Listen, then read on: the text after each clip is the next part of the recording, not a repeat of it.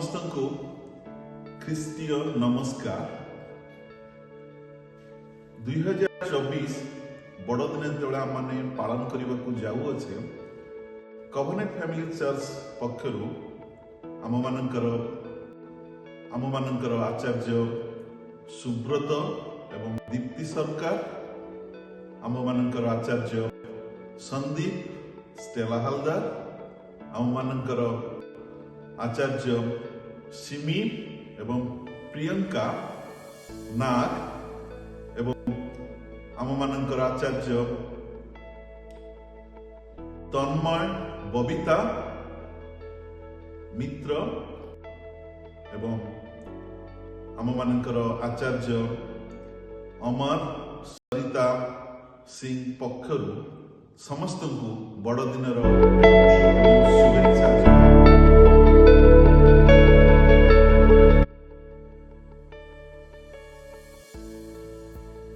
बड़दिन आम माने विभिन्न भाव में पालन करिथा। सारा विश्व बड़दिन को केते लोक पिकनिक हिसाब से बनभोजी हिसाब से पालन करिथांती। किछि लोक विभिन्न प्रकार गीत अनुष्ठान मध्य पालन करिथांती एवं ख्रीष्ट विश्वासी माने मंडली रे से माने जीवंत ईश्वरंकर आराधना द्वारा बड़दिन टी को पालन करिथांती। ए आश्चर्य बड़दिन विषय मु किछि कथा आपण मान सहित बांटिबाकू चाहे। बड़दिन होछि आश्चर्यर दिन। विश्व मानव समाजर कल्याण पाई प्रभु जीशु ख्रीष्ट मानव देह धारण करी एई जगत रे अवतीर्ण करथिले। मानव द्वारा जो विच्छेद सृष्टि होइतिला सेई विच्छेद को संयुक्त करिया पाई मानव मनुष्य एवं ईश्वर सहित संयुक्त करिबा पाई से ए धरा पृष्ठ रे अवतीर्ण करथिले। एटा के बड़दिन केवल ख्रीष्ट विश्वासी मानक पाई कि नुहे, किंतु बड़दिन हेउछि विश्व ब्रह्मांड प्रत्येकटी जाति धर्म वर्ण निर्विशेष रे समस्त पाई बड़दिन। मु से बड़दिन विषय जो आश्चर्य विषय कहवा चाहे मु मूलतः तीन विषय आपण मान सम्मुख उपस्थित करने को चाहूँगी बा उपस्थापना करने को चाहूँगी। बड़दिन जो आश्चर्य घटना घटी प्रथम घटना होछि मरियम जहाँ को ईश्वर मनोनीत करथिले। जानते तो मरियम जने कुमारी नारी थिले। तांको वाक्य कुहे धन्य नारी, धन्य नारी बोली कहा जाए। कारण आम मानकर जदि बाइबल माने देखो पुरातन नियम रे जिसाय भाववादी आगरू भविष्यवाणी करथिले जे जने कुमारी गर्भवती हेबे एवं गोटे पुत्र संतान प्रसव करिवे जे कि मानव समाजर प्रत्येक पाप को धौत करी मानव समाज को परित्राण प्रदान करे। एटा ही बड़दिन समय घटे। सेतिपाई यहूदी धर्मावलंबी लोक माने विशेष करी कुमारी झियो माने निजको प्रस्तुत करुथिले। बहु वर्ष धरि से माने निजको पवित्र रखिया पाई चेष्टा करुथिले एवं सेमानक रीतिनीति पालन करुथिले जेमिति ताहांक गर्भरे ईश्वर जन्म ग्रहण करथिले। किंतु मनुष्यर परिकल्पना एवं ईश्वर परिकल्पना समान नुहे। मनुष्य जहाँ भावे ईश्वर किंतु तार ऊर्ध्वरे भावती मानव समाजर कल्याण पाए। सेतिपाई बाइबल कहे मरियम को धन्य नारी, धन्य नारी बोली कहा। मरियम को ईश्वर मनोनीत कले एवं जोसेफ से विषय जानला पर स्वीकार करिसथि। देखंतु जिहुदी समाजर रीतिनीति अनुसार एवं वर्तमान आम समाजर रीतिनीति अनुसार संस्कृति अनुसार कौन सी जदि गोटे କୁମାରୀ ଝିଅ ଗର୍ଭବତୀ ହୁଏ ତାହେଲେ ସମାଜରେ ବହୁତ ଲାଞ୍ଛନା, ତାଡ଼ନା, ଥଟ୍ଟା, ବିଭିନ୍ନ ପ୍ରକାର ଅପମାନର ଶିକାର ହୁଏ। କିନ୍ତୁ ଈଶ୍ୱରଙ୍କର ସ୍ୱର୍ଗଦୂତ ଯେତେବେଳେ ମରିୟମକୁ କହିଲେ ତୁମେ ଈଶ୍ୱରଙ୍କ ଦ୍ୱାରା ମନୋନୀତ, ପବିତ୍ର ଆତ୍ମାଙ୍କ ଦ୍ୱାରା ତୁମେ ଗର୍ଭବତୀ ହେବ, ମରିୟମ ଏଟାକୁ କଣ କଲେ ନା ସ୍ୱୀକାର କଲେ। ଦ୍ୱିତୀୟ ବିଷୟ ହଉଛି ପଣ୍ଡିତ ମାନଙ୍କ ବିଷୟରେ କୁହାଯାଇଛି। ବାଇବେଲ ଆମମାନଙ୍କୁ ମାଥ୍ୟୁ ଲିଖିତ ସୁସମାଚାର, ଲୁକ୍ ଲିଖିତ ସୁସମାଚାରରେ କୁହାଯାଉଛି ଯେ ପଣ୍ଡିତ ଗଣ ଆସିକି ସେମାନେ ତାରା ଗଣନା କରି ତାରା ଯୋଉ ରାସ୍ତା ଦେଖେଇଥିଲେ ସେଇ ରାସ୍ତା ଦେଇ ଯୀଶୁ ଯୋଉଠି ଜନ୍ମ ଗ୍ରହଣ କରିଥିଲେ ସେଇ ଜାଗାକୁ ସେମାନେ ଆସିଥିଲେ। ମଧ୍ୟ ନଥିଲେ, ସେମାନେ ରୋମିଓ ମଧ୍ୟ ନଥିଲେ, ସେମାନେ ପୂର୍ବ ଦେଶ, ଜାଣନ୍ତି ତ ଆମମାନଙ୍କର ପୂର୍ବ ଦେଶ ଅର୍ଥାତ୍ ଭାରତର ଡାହାଣ ପଟକୁ ଯେଉଁ ଦେଶ ସେଇଟାକୁ ଆମେ କହୁ ପୂର୍ବ ଦେଶ। ଆମେ ଗଣନା କରିକି ଦେଖୁଅଛୁ ଯେ ଗୋଟିଏ ଆଶ୍ଚର୍ଯ୍ୟ ପୁତ୍ର, ଆଶ୍ଚର୍ଯ୍ୟ ବ୍ୟକ୍ତି ଜନ୍ମଗ୍ରହଣ କରୁଛନ୍ତି ଆପଣଙ୍କର ଏହି ଅଞ୍ଚଳରେ।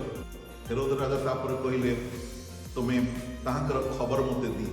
ଏବଂ ଏହି ପଣ୍ଡିତ ମାନେ ତାରା ସେମାନଙ୍କୁ ଯୋଉ ରାସ୍ତା ଦେଖେଇଥିଲେ ସେଇ ରାସ୍ତାରେ ସେମାନେ ଯାଇକି ଯୋଉଠି ତାରା ସ୍ଥିର ହେଇକି ରହିଲେ, ବେଥଲେହେମର ସେଇ ଗୁହାଳ ଘରେ ନବଜାତ ଶିଶୁଙ୍କୁ, ଈଶ୍ୱରଙ୍କ ପୁତ୍ର ଯୀଶୁଙ୍କୁ ସେମାନେ ଦେଖିଲେ।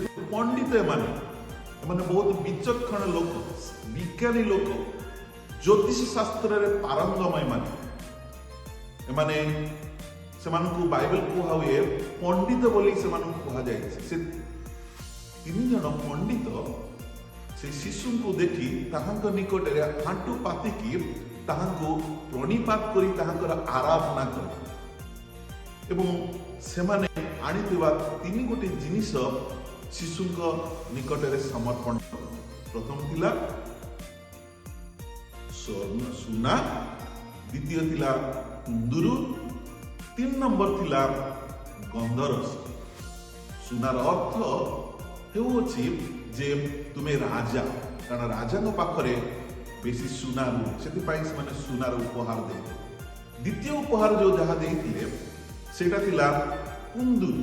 କୁନ୍ଦୁରୁ ହେଉଛି ଧୂପ ଭଳି ଗୋଟିଏ ଜିନିଷ ଯୋଉଟା କି ଈଶ୍ୱରଙ୍କ ନିକଟରେ ସମର୍ପିତ ହୁଏ ଏବଂ ସେ କାରଣ ଈଶ୍ୱର ବୋଲି ସ୍ୱୀକାର କରି ଏହି ପଣ୍ଡିତ ମାନେ ତାହାଙ୍କୁ କୁନ୍ଦୁରୁ ଦେଇଥିଲେ। 3 ନମ୍ବର ଦେଇଥିଲେ ଗନ୍ଧରସ। ଗନ୍ଧରସ ମୂଳତଃ ଆମମାନେ ଯେତେବେଳେ କିଏ ମୃତ୍ୟୁବରଣ କରନ୍ତି, ଯିହୁଦୀଙ୍କ ପ୍ରଥା ଅନୁସାରେ ସେମାନଙ୍କର ଦେହରେ ଲେପନ ପାଇଁ ଏହି ଗନ୍ଧରସ ଦିଆ ହୁଏ।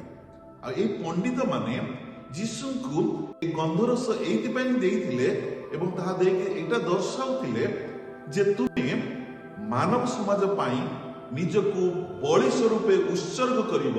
ହେ ଈଶ୍ୱର, ଏଥିପାଇଁ ବଡ଼ଦିନ ହେଉଛି ଆଶ୍ଚର୍ଯ୍ୟର ଦିନ। 3 ନମ୍ବର ମୋର ଯୋଉ ବିଷୟଟା କହିବାର ଥିଲା ସେଟା ହଉଛି ଯେ ଯୀଶୁଙ୍କର ଜନ୍ମ, ରାଜା ଜନ୍ମ ଗ୍ରହଣ କରୁଛନ୍ତି, ରାଜାଙ୍କ ନିକଟକୁ ଖବର ଯାଇନି, ମନ୍ତ୍ରୀଙ୍କ ନିକଟକୁ ଖବର ଯାଇନି, ରାଜପ୍ରସାଦକୁ ଖବର ଯାଇନି, ସେ ଅଞ୍ଚଳର ସବୁଠୁ ଧନୀ ବ୍ୟକ୍ତିଙ୍କ ନିକଟକୁ ଖବର ଯାଇନି, ସେ ଅଞ୍ଚଳର ସବୁଠୁ ପ୍ରତାପୀ ଲୋକଙ୍କ ନିକଟକୁ ଖବର ଯାଇନି। ଈଶ୍ୱର ଯାହା ମନୋନୀତ କରନ୍ତି ମନୁଷ୍ୟ ସେ ବିଷୟରେ ଭାବି ବି ପାରେ। ପ୍ରଥମ ସୁସମାଚାର ସ୍ୱର୍ଗଦୂତଙ୍କ ଦ୍ୱାରା କୋଉଠିକି ଯାଇଥିଲା ନା ମେଷପାଳକଙ୍କ ନିକଟକୁ ଯାଇଥିଲା। ଜାଣନ୍ତି ତ ଏଇ ମେଷପାଳକ ମାନେ ସମାଜରୁ ବହୁତ ଦୂରରେ ଖରାରେ ବର୍ଷାରେ ଓଦା ହେଇକି ମେଷମାନଙ୍କୁ ପ୍ରତିପାଳନ କରୁଥିଲେ। এই ମେଷମାନଙ୍କର କାର୍ଯ୍ୟ କଣ ଥିଲା ନା ଏଇ ମେଷ ଜେରୁସାଲେମ ମନ୍ଦିରରେ ବଳି ସ୍ୱରୂପେ ଉତ୍ସର୍ଗୀକୃତ ହେଉଥିଲା। ଏଇ ମେଷମାନଙ୍କୁ ଏମାନେ ପ୍ରତିପାଳନ କରୁଥିଲେ।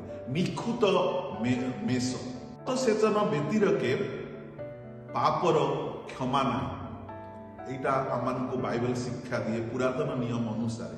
ଆଉ ଯଦି ଜଣେ ବ୍ୟକ୍ତି ପାପ କରୁଅଛି ତାହେଲେ ଗୋଟିଏ ଏଇ ମେଷପାଳକ ମାନଙ୍କ ପାଖରୁ ଗୋଟିଏ ମେଷ ନେଇ ତାହାକୁ ମନ୍ଦିରର ପ୍ରାଙ୍ଗଣର ବାହାରେ ହତ କରି ତାହାର ରକ୍ତକୁ ନେଇ ସାଧାରଣ ପୁରୋହିତ ମହାପବିତ୍ର ସ୍ଥାନକୁ ଯାଇପାରୁନଥିଲେ।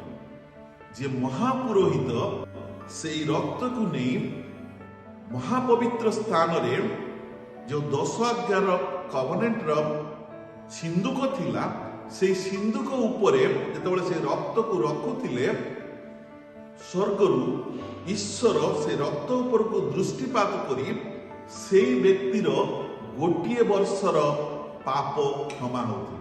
ଏଇ ନୀତି ଜେରୁସାଲେମ ମନ୍ଦିରରେ ଚାଲି ଆସୁଥିଲା ଏବଂ ସେଥିପାଇଁ এই ମେଷପାଳକ ମାନେ ଦିନ ରାତି ଘର ଦ୍ୱାର ଛାଡ଼ି ଅକ୍ଲାନ୍ତ ପରିଶ୍ରମ କରି ସେମାନେ ଏଇ ମେଷମାନଙ୍କୁ ପ୍ରତିପାଳନ କରୁଥିଲେ।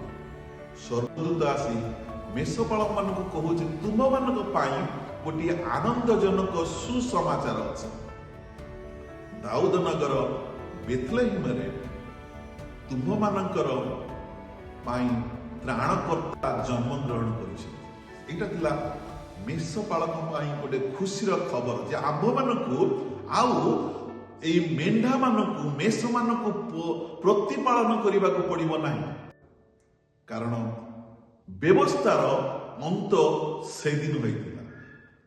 ସେଥିପାଇଁ ବଡ଼ଦିନ ହେଉଛି ଆଶ୍ଚର୍ଯ୍ୟର ଦିନ। ପ୍ରିୟ ବନ୍ଧୁଗଣ, ବଡ଼ଦିନ କେବଳ ପିଠା ବନେଇବା, କେକ୍ ବନେଇକି ଆନନ୍ଦ କରିବା, ପିକନିକ୍ କରିବା, ମୌଜ ମସ୍ତି କରିବା ଏଇଟା ନୁହଁ। କିନ୍ତୁ ବଡ଼ଦିନ ହେଉଛି ମରିୟମଙ୍କ ଭଳି ନିଜକୁ ପ୍ରସ୍ତୁତ କରିବା ଏବଂ ଗ୍ରହଣ କରିବା ହେଉଛି ବଡ଼ଦିନ। ବଡ଼ଦିନ ହେଉଛି ତାହାଙ୍କୁ ଆରାଧନା କରିବା, ତାହାଙ୍କୁ ନିଜ ହୃଦୟରେ ଗ୍ରହଣ କରିବା ହେଉଛି ବଡ଼ଦିନ।